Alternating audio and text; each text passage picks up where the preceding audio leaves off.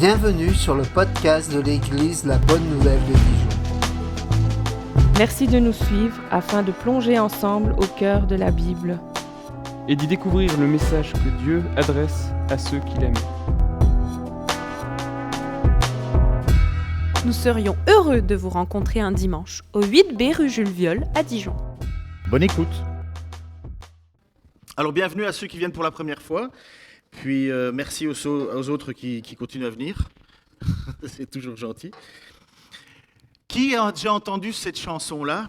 Et pour sortir des moments difficiles, avoir un ami, c'est très utile. Vous connaissez la suite? On n'a pas regardé les mêmes dessins animés quand on était petit? Vous n'avez pas regardé Candy?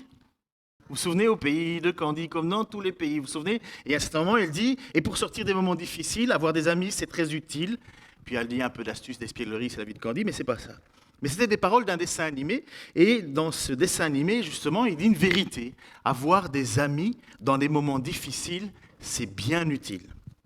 La Bible du Semeur, alors pour ceux qui découvrent, la Bible, elle a été traduite, d'abord, elle a été écrite d'abord en araméen, enfin en hébreu, quelques passages en araméen et en grec, et puis elle doit être traduite en français. En français, vous avez remarqué, si vous prenez des vieux bouquins en français, on ne lit pas et on ne parle pas le français de 1500.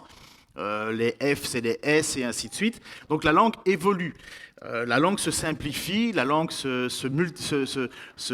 chevauche avec des langues qui viennent d'autres pays. Par exemple, les mots anglais comme parking, c'est devenu, nous autrefois on aurait dû dire stationnement, mais tout le monde utilise parking. Donc et ainsi de suite. Donc la langue, elle évolue. Et donc la traduction en français, elle évolue aussi. Pour ceux qui utilisent la Bible, lorsque vous ouvrez une Bible, vous avez traduction selon. Alors vous pouvez avoir, souvent c'est la Bible second. Louis II était un docteur en théologie qui était traducteur. Et donc on a la Bible sous Louis II. Puis vous avez la Bible en français courant. Vous avez la Bible parole de vie. Bref, c'est toujours du français. C'est toujours le même objectif, c'est toujours le même texte, mais l'idée, c'est simplement que lorsque vous la lisez, vous comprenez ce que vous lisez. Et donc, la Bible du Semeur, comme la Bible français courant, comme la Bible parole de vie, ont choisi de traduire le mot « idios » par « ami ». Alors déjà, « idios », vous ne l'aurez peut-être pas traduit comme ça, vous auriez mis un « t » à la fin, mais « idios », ça vient comme un idiome, c'est semblable. Et dans le texte de ce matin, en fait, on voit que sitôt que l'apôtre Pierre et Jean ont été libérés, et je vais expliquer de libérer de quoi, ils vont vers leur idios, vers leur semblable. Et le texte, comme je vous dis, la Bible du Semeur a choisi le mot « ami ». On revient un petit peu pour expliquer d'où on est. Alors, on est toujours dans le livre des Actes. Dans le livre des Actes, on est au tout début. C'est la naissance de l'Église. Le livre des Actes, c'est... Donc vous avez dans les évangiles, Jésus est venu, il a annoncé, il s'est fait connaître comme étant le Messie, le Fils de Dieu, il l'a prouvé par des signes miraculeux, et ces signes miraculeux étaient là pour attirer sur son message. Et son message, c'est de dire, Dieu est en colère contre vous, mais il envoie son Fils pour payer le prix de vos fautes. Ayez confiance en moi, placez votre foi en moi, car je suis le seul qui peut vous sauver de vos péchés. Et qu'est-ce que ça veut dire sauver de ce péché? C'est surtout sauver de la colère de Dieu qui s'abat sur les pécheurs. Le jour du jugement, Dieu fera une séparation entre ceux qui sont pécheurs et ceux qui ne le sont pas. Et comment on fait, puisqu'on est tous pécheurs? Comment on règle ce problème de péché? Par l'intervention que Dieu offre lui-même. C'est ce que Jésus va discuter avec un vieux monsieur, un religieux à l'époque, qui s'appelait Nicodème. Et cet homme demande, mais comment on fait pour avoir la vie éternelle? Comment on fait? Et Jésus va lui répondre, personne ne peut l'avoir s'il ne naît de nouveau. Et lui, il ne comprend pas trop. Il dit, mais comment on fait pour naître de nouveau? Je ne vais quand même pas retourner dans le ventre de ma mère. Et Jésus lui dit, mais non, c'est tout ce qui est né de la chair est chair, mais tout ce qui est né de l'esprit est esprit. Et il va expliquer à cet homme-là que Dieu a toujours prévu ces choses-là, ce moyen d'être sauvé par la foi. Et il dit, c'est pourquoi le Fils de l'homme sera élevé et tous ceux qui placeront leur regard en lui ou leur foi en lui seront sauvés. Ça veut dire qu'on ne peut rien faire d'autre que d'avoir confiance dans ce que Jésus a fait. Ça change toute une vie en même temps. C'est pas juste, ok, je le crois, basta, c'est bon, je vais continuer ma vie. C'est une transformation. Déjà, c'est de reconnaître qu'on est pécheur. Ça veut dire qu'on est en souffrance devant Dieu, et puis reconnaître que Dieu a fourni un moyen où je ne peux absolument rien faire d'autre que de m'humilier. Ce n'est pas par mes forces, par mes actes. On a étudié dans notre groupe de maison le tout début de l'évangile de Jean, qu'il dit ce n'est pas par la volonté d'un homme, ni par un désir, ni par une naissance naturelle qu'ils sont devenus enfants, mais c'est de la volonté de Dieu qu'ils sont devenus enfants. Pourquoi ? Parce que d'abord Dieu a voulu, et puis l'homme a répondu. Il a fallu que les deux fonctionnent ensemble. Et donc Pierre et Jean sont deux apôtres qui sont là. Des apôtres, ça veut dire des gens que Jésus a choisis pour marcher avec lui. Ils étaient 12. Et ces apôtres ont vu Jésus annoncer ce message tout au long de ces 3 années de ministère sur la terre. Et maintenant, voilà que Jésus est mort, ressuscité, et maintenant monté au ciel, ce qu'on appelle la Pentecôte. Et à ce moment-là, la Pentecôte, il y a eu l'ascension, Jésus est monté au ciel, et puis la Pentecôte, c'est la descente de l'Esprit, parce que Jésus a dit « Je vous enverrai mon Esprit ». Ce fameux Esprit qui permet d'être sauvé, puisqu'on ne peut pas naître d'eau, on ne peut pas naître de chair, il faut naître d'esprit. Et Jésus dit, je vous l'enverrai cet esprit. Et à la Pentecôte, c'est la naissance de l'Église, le livre des Actes, c'est l'histoire de la naissance de l'Église après ce que Jésus est venu accomplir. Là, les chefs religieux ne sont pas d'accord. Ils n'aiment pas ça, ils perdent le pouvoir.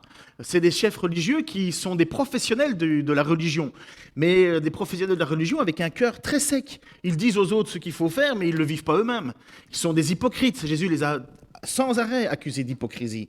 Et ils ont l'apparence, mais ils veulent juste garder l'apparence. Ils ne veulent pas perdre la face. Ils sont très bien en tant que chefs du peuple. Ça les convient très bien. Et chef du peuple qui sert Dieu, soi-disant, mais quand Dieu envoie son propre fils, ils ne l'ont pas reconnu. Ils n'ont pas vu que c'était lui le Messie. Au contraire, ils l'ont crucifié. C'est ce que Pierre va dire au tout début. Il va dire, mais ce Messie que Dieu vous a envoyé, qui a prouvé par des actes, vous l'avez crucifié. Mais Dieu lui a redonné la vie. Et donc, Pierre et Jean font toute cette déclaration. Et un matin, ils montent, Pierre et Jean, pour aller au temple. Et là, il y a un paralysé, quelqu'un qui a un pied beau, vous savez, c'est les pieds de travers, et depuis 40 ans, 42 ans, on pense. Et cet homme interpelle Pierre et Jean en disant, mais voilà, faites-moi l'aumône, enfin, je veux de l'argent. Et Pierre va lui dire, je n'ai ni or ni argent, mais ce que j'ai, je te le donne. Au nom de Jésus-Christ, lève-toi et marche.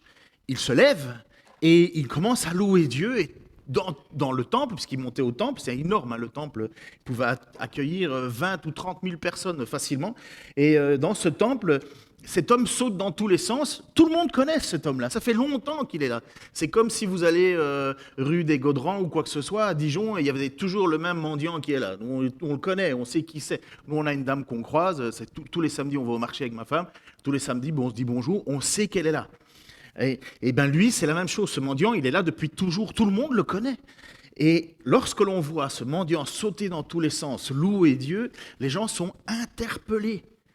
Et voilà, l'attention est captée. Et Pierre et Jean vont continuer alors maintenant à prêcher en disant, mais si vous voyez cet homme sauter dans tous les sens et louer Dieu, ce n'est pas parce qu'on est plus pieux que vous, ce n'est pas par notre force ou par que nous ayons une capacité particulière, c'est par le nom de Jésus-Christ.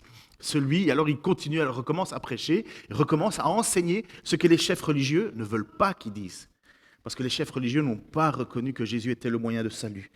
Et donc là, les chefs religieux vont lui faire un procès, ils vont d'abord les mettre en prison, ils vont passer la nuit en prison, parce qu'il était interdit de faire un procès la nuit. Pour Jésus, ils l'ont fait par contre, mais c'était interdit de faire un procès la nuit. Et donc là, Pierre et Jean sont devant le Sanhédrin, et à un certain moment, vont leur dire, ça c'était les prédications de la semaine passée que vous pouvez aller chercher sur votre téléphone, puisqu'on les met en ligne.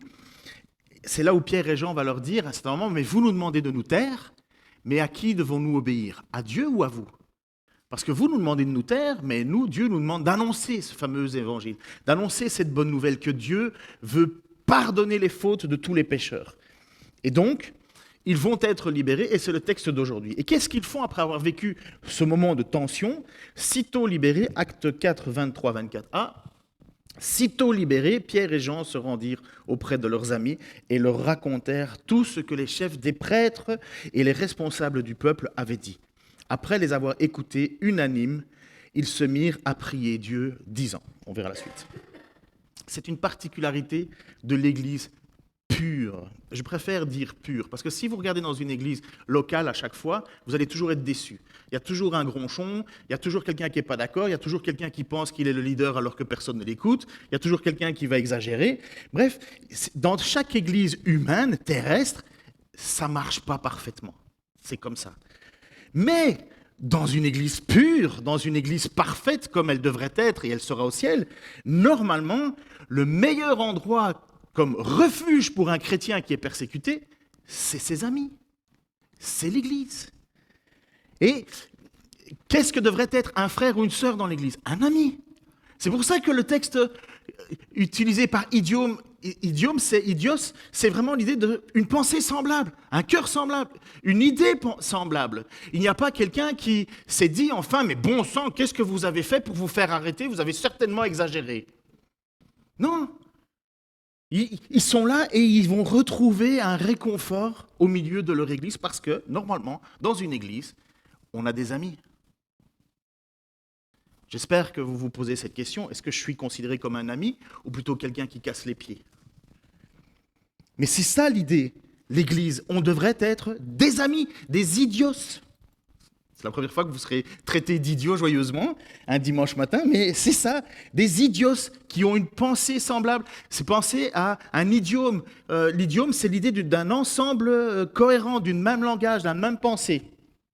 Et donc, ça fait, ces gens-là, Pierre et Jean, ils viennent de passer une nuit compliquée, avec un stress énorme, et la première chose qu'ils ont envie de faire, c'est de le raconter.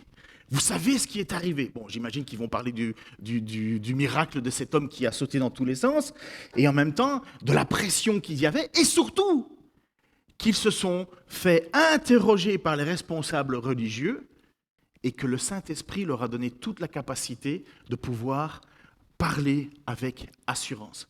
Pierre et Jean, c'est des gens sans instruction. Hein. C'est des pêcheurs. Alors là, le pêcheur à la ligne. Hein. C'est des pêcheurs. C'est des gens qui sont pas... c'est pas des professionnels de la religion. Face à tout ce Sanhédrin, face à tous ces responsables qui, eux... Vous savez, ceux qui veulent vous épater avec leur philosophie, leur connaissance, ceux qui veulent vous en rajouter, je connais, qui citent des livres à gauche et à droite dans tous les sens, et toi tu fais juste, ouais, tu sais pas trop de quoi ils parlent, mais tu veux pas avoir l'air bête, alors tu souris, tu dis oui. Eh bien, eux, ils n'ont pas tout ça, mais les responsables qui les interrogent se rendent compte et se disent, ils sont étonnés, parce que comment se fait-il que ces gens qui sont sans connaissance puissent être comme ça, avec une autorité, une stature? Et ça, c'est l'action du Saint-Esprit. C'est une grâce qui est faite par Dieu pour que nous puissions être des témoins. C'est ça l'objectif. C'est ça le but d'un chrétien, c'est d'être un témoin de ce que Jésus offre comme grâce avant que les gens se retrouvent un jour seul à seul face à Dieu, sans autre avocat. Ou bien Christ est ton avocat, ou il ne l'est pas. Donc, ils leur expliquèrent à l'ensemble tout ce qui s'était passé. Et ils vont continuer, le texte va continuer, parce qu'ils nous disent qu'après avoir entendu tous ces récits, qu'est-ce qu'ils ont fait naturellement? Ils se sont mis à prier.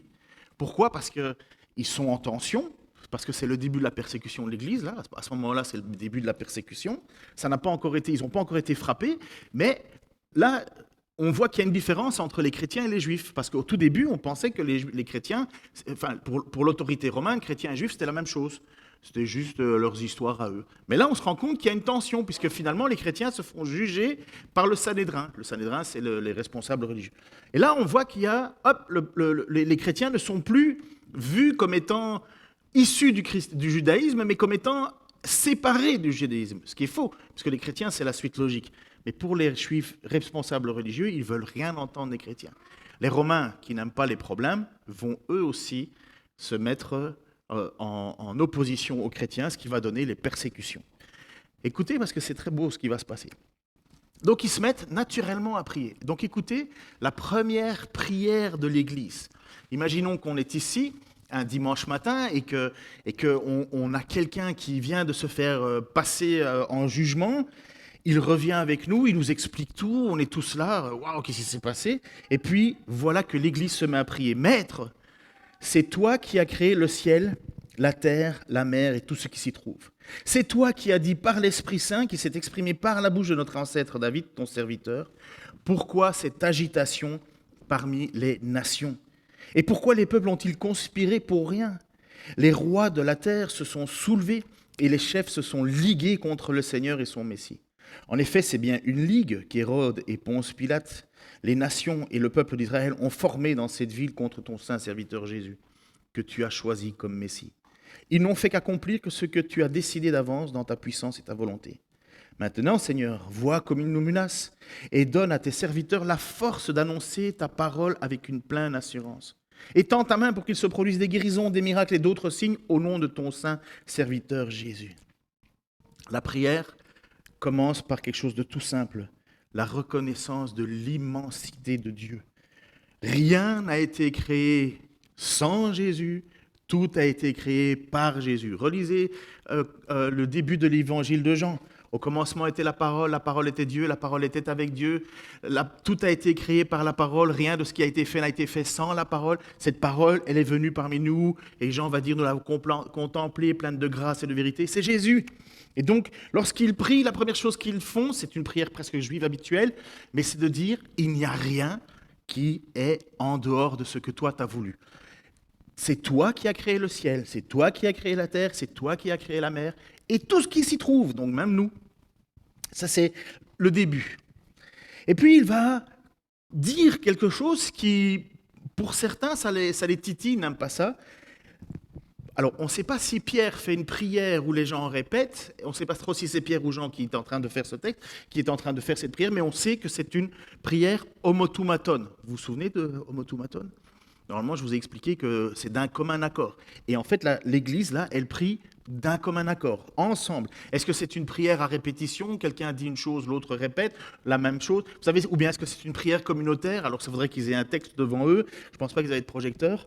Mais c'est vraiment l'idée que cette prière, c'est comme si chaque personne sur son fauteuil, sur son siège, était en train de la dire. Et qu'est-ce qu'ils disent? Pourquoi? Alors, pardon, c'est toi qui as dit par l'Esprit Saint qui s'est exprimé par la bouche de notre ancêtre serviteur. Vous voyez, je pense que je l'ai mis l'image. Ouais, après. Donc, Pierre, certainement Pierre, est en train de nous dire quelque chose qui ça nous embête. Il est en train de dire que le Saint-Esprit parlait par la bouche de son serviteur David. C'est toi qui as dit par l'Esprit Saint qui s'est exprimé par la bouche de notre ancêtre serviteur, notre ancêtre David, ton serviteur. Qu'est-ce qu'il est en train de dire? Il est en train de dire la chose la plus importante pour nous qui sommes des évangéliques, qui sommes des baptistes en plus, mais évangéliques c'est large. Ça veut dire que nous croyons que la parole de Dieu est une parole inspirée. Nous lisons des textes écrits par des auteurs différents, mais nous savons et nous reconnaissons que derrière ces paroles, c'est Dieu qui parle. Derrière David, c'est Dieu qui parle. Pourquoi est-ce que, alors qu'ils sont persécutés, automatiquement dans le cœur, dans la tête, dans l'esprit de Pierre, il cite une parole qui vient du psaume? On va le dire tout de suite. Parce qu'il sait que quand David a parlé, c'est Dieu qui a parlé.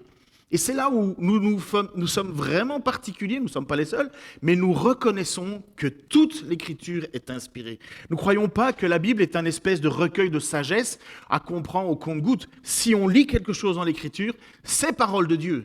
Si c'est parole de Dieu, il faudrait mieux y prêter attention. C'est pourquoi nous voulons vivre et marcher selon le conseil de l'Écriture. C'est ça le cœur de l'Église. Colonne de l'Église, c'est la colonne de la vérité. Pourquoi? Parce qu'elle enseigne la parole de Dieu. Et donc, automatiquement, Pierre, il dit, mais ce que David a cité 1000 ans avant, 1000 ans, c'est quand même pas rien, quoi. Qui se souvient de ce qui a été dit il y a 1000 ans? Personne. Il n'y a que la Bible qui peut nous faire des choses comme ça, la plupart du temps.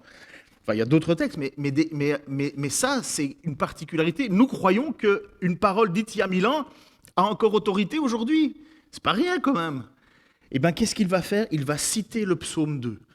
Psaume 2 de David, qui écrit ça 1000 ans avant, dont on sait maintenant que c'est Dieu qui est à l'arrière. Pourquoi tant d'effervescence parmi les nations? Et pourquoi donc trament-elles tous ces complots inutiles? Pourquoi les rois de la terre se sont-ils soulevés et les grands conspirent-ils contre Dieu, l'homme qui a reçu ton onction? Ils s'écrient ensemble. Faisons sauter tous leurs liens et jetons-les au loin leurs chaînes. Mais il rit, celui qui siège sur son trône dans les cieux. Le Seigneur se moque d'eux et, dans sa colère, il les frappe d'épouvante en leur tenant ce discours. Moi, j'ai établi mon roi par l'onction sur Sion. Sion, c'est Jérusalem. Ma montagne sainte. Je publierai le décret qu'a promulgué l'Éternel. Il m'a dit, tu es mon fils, aujourd'hui je fais de toi mon enfant. Demande-moi, que veux-tu? Je te donne en patrimoine tous les peuples de la terre et le monde, jusqu'à ses confins lointains sera ta propriété. Avec un sceptre de fer, tu les soumettras. Comme des vases d'argile, tu les briseras. C'est pourquoi, roi de la terre, montrez-vous intelligent, vous qui gouvernez le monde, laissez-vous donc avertir. Dans la crainte, servez l'Éternel, et tout en tremblant, exultez de joie. Au Fils, rendez votre hommage, pour éviter qu'il s'irrite et que vous périssiez dans toutes les voies que vous suivez. En un instant, sa colère contre vous peut s'enflammer. Oui, heureux sont tous les hommes qui, en lui, cherchent un refuge. 1000 ans avant, le roi David est en train de parler du Fils Dieu qui va cliver le monde et qui va faire en sorte que tous les peuples de la terre auront maintenant quelqu'un à suivre. C'est exactement qui est Jésus. David, est-ce que l'homme David le sait lorsqu'il écrit cela? Non. Il ne le sait pas, puisque des textes nous disent que les prophètes ont plongé leur regard dans l'Écriture et ils ne savaient pas ni les temps, ni... Mais nous pouvons le regarder avec recul en disant « Waouh !» Lorsque David disait cela, c'était Dieu qui nous parlait et c'était Dieu qui était en train d'annoncer quelque chose qui allait se passer. Et pour Pierre et Jean, c'est le moment. Ils viennent de sortir d'un jugement et ils savent ce que David a dit, c'est ce qui se passe. C'est quand même intéressant parce que dans le verset 27, il dit en effet, c'est bien une ligue qu'Hérode et Ponce Pilate, les nations et les peuples d'Israël ont formée dans cette ville contre ton saint serviteur Jésus que tu as choisi comme Messie. Hérode et Pilate, ils ne se parlaient pas. Ils n'étaient pas en bons termes. Mais au moment du jugement de Jésus, ils deviennent amis. Les Juifs et les Romains, ce n'est pas copains. Les Romains, ils en ont un peu marre des Juifs parce qu'ils sont pénibles, il y a eu des guerres et compagnie. Si vous lisez un petit peu l'histoire du peuple juif, il y a eu la rébellion des Maccabées qui était un petit peu en avance. Et bref, c'était un peuple avec lequel les Romains avaient constamment de la difficulté. Ils ne voulaient pas se mettre, ils croyaient en un Dieu unique, ils ne voulaient pas adorer les autres dieux et ils ont reçu des permissions de Rome de prier leur Dieu en l'honneur de l'empereur alors que tous les autres devaient prier l'empereur, au nom de l'empereur. Tandis que les Juifs, eux, ils avaient le droit de prier leur Dieu en faveur de l'empereur. Mais bon, bref, c'était un monde. Mais en même temps, qu'est-ce qu'il nous est en train de nous dire ici? C'est que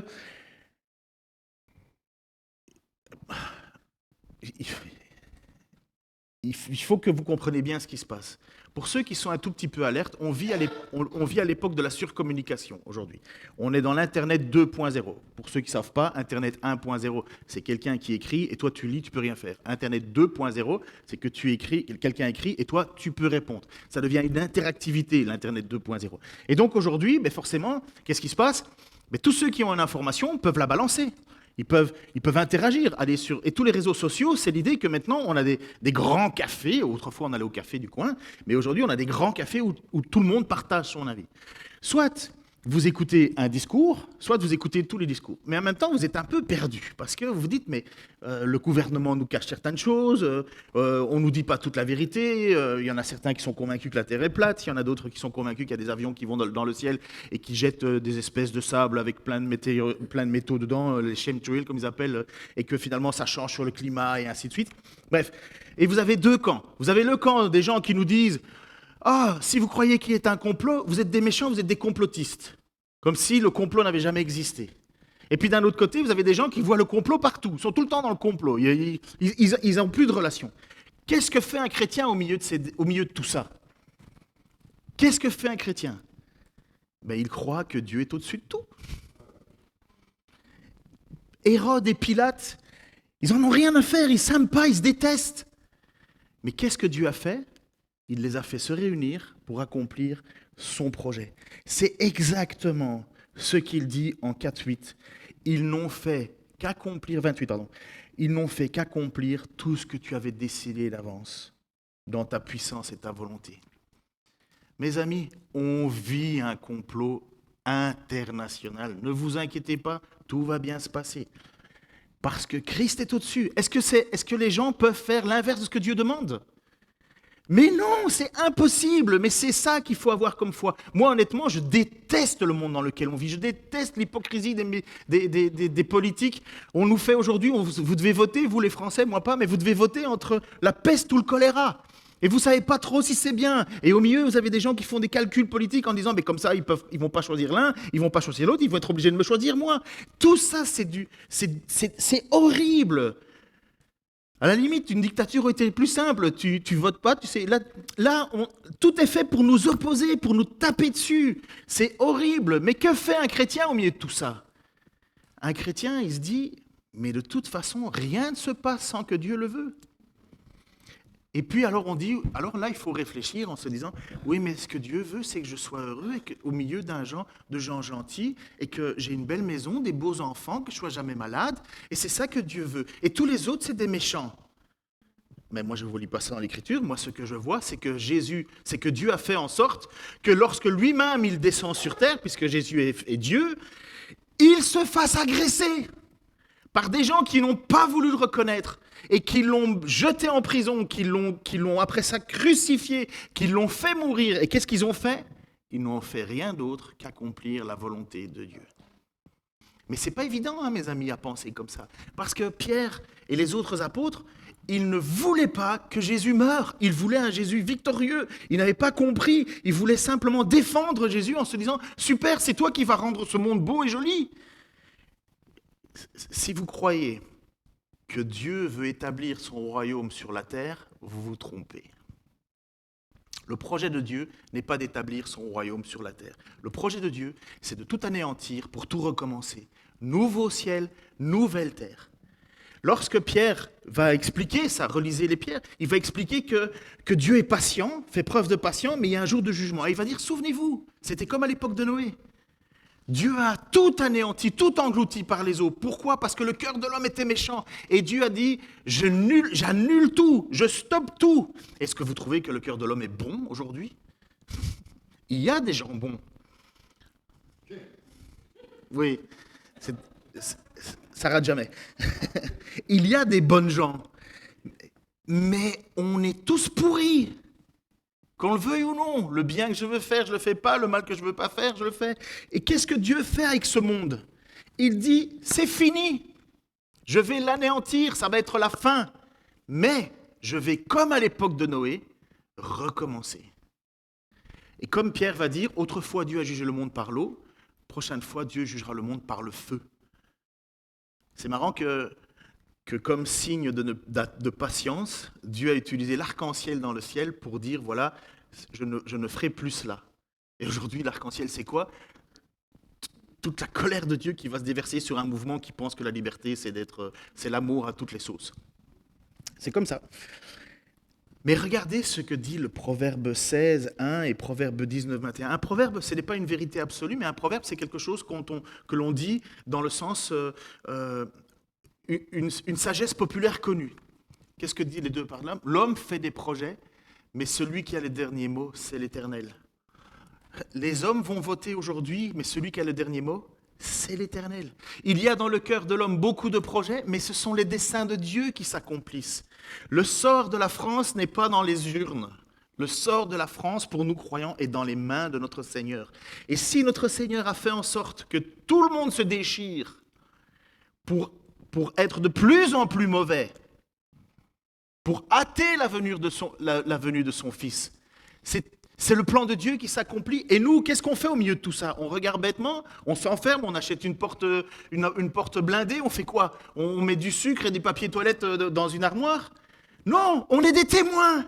On est des témoins vivants. On est là pour dire au monde, il y a un plan que Dieu a prévu d'avance et ce plan est en train de se réaliser. C'est ce que Pierre et Jean vont dire. Ce Christ que vous avez fait mourir, c'est ce Christ que Dieu a utilisé pour vous pardonner de vos fautes, mais vous l'avez rejeté. Et nous, qu'est-ce qu'on fait? C'est nous, c'est ça, c'est toi, c'est moi. Eh bien, en attendant, on passe au-dessus de tout ça et on dit, il y a un moment où tout va s'arrêter. Et tout va se définir dans ta vie à la foi que tu as manifestée dans le cadeau que Dieu t'a offert. Ou tu as dédaigné ce cadeau, ou tu as cru et placé ta foi dans ce cadeau. Peu importe de la suite, Dieu n'est pas surpris. J'étais triste de voir l'attitude de chrétiens pendant le Covid. Je me suis dit, mais vous avez zéro assurance. Quand bien même on serait malade. J'ai jamais autant prié que quand je suis malade. J'ai jamais été autant proche de Dieu qu'à travers la maladie. J'ai jamais été aussi en symbiose avec mon Dieu que quand je criais à sa grâce. Et d'autres avaient peur de mourir. Mais comment est-ce qu'on peut avoir peur de mourir quand on sait qu'on va se retrouver devant son Seigneur et son Dieu, qu'on va éviter de passer son temps à souffrir sur une terre qui n'aime pas Dieu et qu'on va arrêter cette lutte perpétuelle entre le péché et moi qui dois sans arrêt demander à Dieu pardon parce que je fais pas ce que je devrais et ce que je voudrais faire, je le fais pas. Et puis à un certain moment, moi, je me dis, mais je comprends la tristesse qu'on laisse derrière les familles, mais un chrétien qui a peur de mourir, je pense qu'il n'a pas tout compris. Je pense qu'il n'a pas compris qu'après la mort, soit tu es dans la présence de Dieu, comme Jésus va dire à cet homme en croix à côté de lui, aujourd'hui, je te le dis, tu seras avec moi au paradis. Mais qui n'a pas envie d'aller au paradis? Je ne comprends pas. Le paradis n'est pas ici. Je ne dis pas qu'il faut aller se jeter sur un train, hein, c'est pas ça. Parce que ce n'est pas vous qui devez décider de votre heure. Mais si tout notre espoir est ici sur la terre, on est les plus malheureux des hommes. Si on croit que notre espoir est pour ici, on ne sera jamais heureux, jamais. Pierre va continuer en disant, « Maintenant, Seigneur, vois comme il nous menace et donne à tes serviteurs la force d'annoncer ta parole avec une pleine assurance. » Voilà ce que nous sommes appelés à faire. Maintenant, Seigneur, vois comme il nous menace. Et qu'est-ce qu'il demande en échange ? Eh ben, je voudrais qu'ils arrêtent de me menacer. J'aimerais bien que tu leur fasses tomber les éclairs du ciel et qu'ils te les réduisent en poussière, que tu les fasses tous mourir et que tu me fasses un petit village où il y aura d'irréductibles chrétiens qui vivent heureux et en belle harmonie. Ou les Schtroumpfs ou l'Astérix. Mais bon, bref, on veut juste être entre nous. Non. Et qu'est-ce qu'il prie ? Il prie maintenant, Seigneur, vois comme il nous menace. Et qu'est-ce qu'on te demande ? De nous donner l'assurance, de nous donner, d'annoncer ta parole avec pleine assurance. C'est ça que nous sommes appelés à faire. Étends ta main, et ça c'est le rôle de Dieu, étends ta main pour qu'il se produise des guérisons, des miracles et d'autres signes au nom de ton serviteur Jésus. Notre rôle, ce n'est pas de faire des miracles. Notre rôle, c'est d'annoncer la parole avec une pleine assurance. Et nous demandons à Dieu de faire des miracles. Et qu'est-ce qu'il fait, Dieu ? Il le fait ou il ne le fait pas. C'est tout. Ça, c'est sa sagesse. Nous sommes... Et Pierre est là à dire, mon rôle, c'est d'annoncer ta parole. Mais Seigneur, j'ai besoin d'assurance. Donne-moi de l'assurance. Donne-moi la capacité de me dépasser. C'est pas facile d'aller voir ses amis, ses collègues, ses copains, sa famille, et en leur disant, je crois que Jésus est le Fils de Dieu, qu'il est mort à la croix, qu'il est ressuscité le 3e jour, et grâce à ça, je suis en paix avec Dieu. Vous en avez qui vont vous regarder en disant, mais qu'est-ce qui lui a pris à lui d'abord ? Il y en a d'autres qui vont être complètement fâchés. Vous allez avoir exceptionnellement de temps en temps qui va écouter, ou bien toute une partie qui vous dites ça, ou le score du foot, peu importe, ils n'en ont rien à caler. Et nous, on prie, Seigneur, donne-moi l'assurance. Mais les 3/4 du temps, on fait l'inverse. On n'ose pas parler. On n'ose pas parler. Mais qu'est-ce qui nous manque alors ? Il nous manque le Saint-Esprit. En tout cas, la puissance du Saint-Esprit. La puissance du Saint-Esprit, exactement, parce qu'eux, ils sont menacés, et ils disent que ces menaces ne nous empêchent pas de prêcher, que ces menaces ne nous empêchent pas d'annoncer, que ça ne soit pas un obstacle pour annoncer ta grâce, pour annoncer ce salut qui est en Jésus.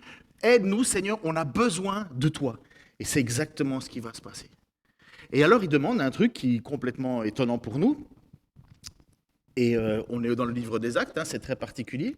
Mais parce qu'ils posent cette question, Seigneur, étends ta main pour qu'il y ait des miracles, des signes et des prodiges. Dans quel but? Attirer l'attention. Exactement ce qui s'est passé avec cet homme qui saute dans tous les sens, parce qu'il a été guéri à l'entrée du temple. Il y a eu quelque chose qui s'est passé et les gens sont interloqués. Et Pierre va dire, c'est pas nous, hein, c'est pas nous, c'est pas notre piété. Ça, c'est Dieu, c'est le nom de Jésus, c'est par Jésus que ça s'est passé. Mais ce nom de Jésus, il a quelque chose à vous dire, il a quelque chose à vous annoncer. C'est triste de voir certains s'arrêter juste au miracle en se disant, celui qui est guéri, il est sauvé, mais broutilles, ça. Celui qui est sauvé, c'est celui qui a placé sa foi en Jésus-Christ, qu'il soit guéri ou pas.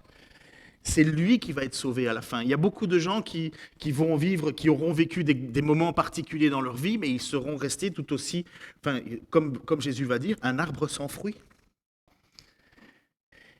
Et Dieu va faire quelque chose qui nous s'il le faisait ici, ce serait magnifique, hein, mais on serait tous sous la table, hein. Quand ils eurent fini de prier, la terre se mit à trembler sous leurs pieds à l'endroit où ils étaient assemblés. Ils furent tous remplis du Saint-Esprit et annonçaient la parole avec assurance. Je vais m'arrêter, si je dis ça, il faut que je le fasse, donc je vais m'arrêter avec ci. J'aurais 1000 raisons de commencer à discuter sur la question de c'est quoi être rempli du Saint-Esprit et ainsi de suite. Mais je veux juste donner ça. On ne peut pas être né de nouveau sans le Saint-Esprit. Impossible. Ce n'est pas par ta propre force, ce n'est pas par tes connaissances, ce n'est pas parce que tu lis la Bible, ce n'est pas parce que tu vas tous les dimanches à l'église. Ça sauve pas. Ça sauve pas. C'est le Saint-Esprit. Qu'est-ce que fait le Saint-Esprit? Le Saint-Esprit, il te convainc de péché. Convaincre de péché, ça veut dire je suis dans l'erreur devant Dieu. J'ai besoin, si Dieu me juge, c'est mort. Qu'est-ce qu'il fait ce Saint-Esprit? Il te fait écouter la parole de Dieu. Il te fait écouter les paroles de Jésus et il t'interpelle aux paroles de Jésus. Qu'est-ce que tu dois faire toi? Tu dois y répondre. Tu dois dire, je m'en fous, oui, non. C'est tout. Il n'y a rien d'autre à faire. Si tu dis, je m'en fous, tu restes dans le même état. Pas grave, ça arrive, hein, il y a des gens comme ça. Si tu dis non, tu rejettes le cadeau de Dieu. Mais si tu dis oui, il faut le vivre. On ne dit pas oui sans action. J'étais justement en train de préparer ce message, et voici ce que va dire Jésus. Pour rentrer dans le royaume de Dieu, c'est pas dans le PowerPoint. Il ne suffit pas de me dire « Seigneur, Seigneur ». Il faut accomplir la volonté de mon Père céleste. Au jour du jugement, nombreux sont ceux qui me diront « Seigneur, nous avons prophétisé en ton nom, nous avons chassé des démons en ton nom, nous avons fait beaucoup de miracles en ton nom. » Je leur déclarerai alors « Je ne vous ai jamais connu, allez-vous-en, vous qui pratiquez l'iniquité. » C'est pourquoi celui qui écoute ce que je dis et qui l'applique ressemble à un homme sensé qui a bâti sa maison sur le roc. Il a plu à verse, les fleuves ont débordé, les vents ont soufflé avec violence, ils se sont déchaînés contre cette maison. Évidemment, ce qu'on voit avec Pierre et Jean, c'est toute la persécution qui commence. Et qu'est-ce qu'il dit? Elle ne s'est pas effondrée, car ses fondations reposaient sur le roc. Le roc, c'est la parole de Dieu. Mais celui qui écoute mes paroles sans faire ce que je dis ressemble à un homme assez fou pour construire une maison sur le sable. Il a plu à verse, des fleuves ont débordé, les vents ont soufflé à violence, ils se sont déchaînés contre cette maison, et elle s'est effondrée, et sa ruine a été complète. Quand Jésus eut fini de parler, les foules étaient profondément impressionnées par son enseignement, car il parlait avec une autorité que n'avaient pas les spécialistes de la loi. Ils ont prié, Pierre et Jean, pour dire aux premières prières de l'Église, « Seigneur, étends ta main pour qu'il se passe des choses qui nous aident à annoncer ton évangile. » Mais surtout, ce qu'on te demande, Seigneur, c'est donne-nous l'assurance d'annoncer qui tu es. Et quand ils eurent fini de prier, la terre se mit à trembler sous leurs pieds, et l'endroit où ils étaient assemblés, à l'endroit où ils étaient assemblés. Et ils furent tous remplis de Saint-Esprit. Et qu'est-ce que ça a produit? Ils annonçaient la parole de Dieu avec assurance. Est-ce que vous vous rendez compte à quel point on est dans des temps mauvais aujourd'hui? Est-ce que vous vous rendez compte que dans notre monde, il se passe des choses assez particulières? La naissance et le retour d'Israël dans une terre, prophétisé dans la Bible, que Israël appartient à Dieu parce que Dieu l'a décidé. Pendant des milliers d'années, Israël n'a plus de pays. Aujourd'hui, Israël a un pays. Qui se ligue contre Israël en ce moment? Presque tout le monde. Même en France, il y avait des gens qui deviennent de nouveau antisémites.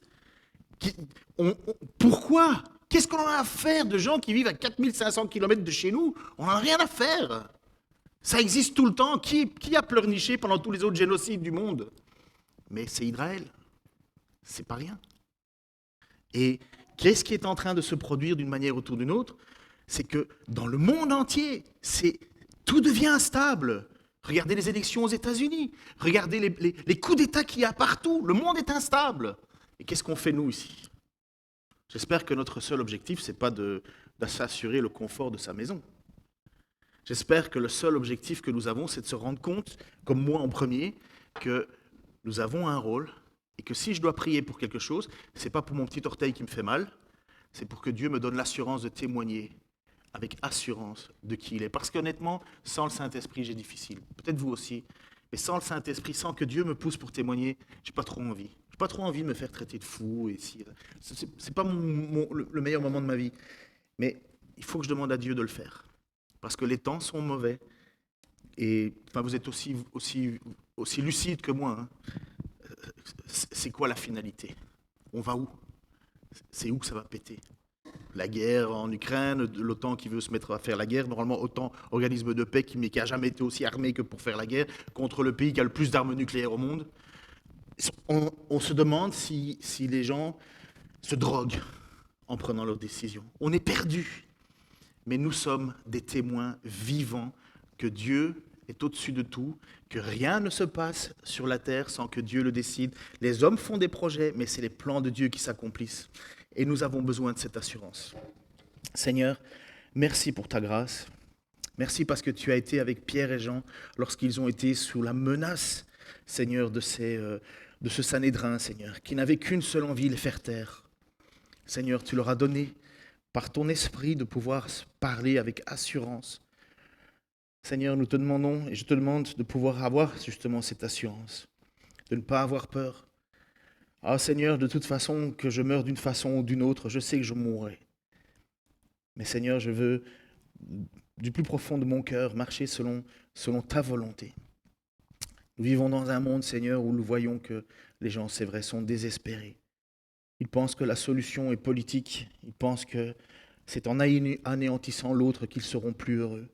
Ça n'a jamais existé, Seigneur. Je te prie pour la sagesse de nos responsables. Je te prie que tu continues à faire ce que tu as toujours fait, diriger les choses. Je te prie, Père, que tu continues à protéger ton Église et à l'utiliser comme un témoin vivant. Seigneur, nous savons que ton retour est proche. Nous ne savons pas quand. Mais je veux dire, Seigneur, viens, ne tarde pas, Seigneur. Ce monde n'est pas une réjouissance, Seigneur. Ce monde se perd et oui, presse ton retour, Seigneur.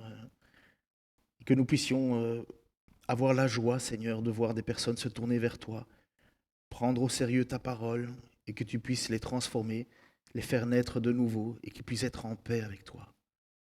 C'est ce que nous espérons, Seigneur, c'est ce que nous voulons et c'est ce que nous avons besoin que tu nous aides à accomplir, Seigneur, par ton esprit.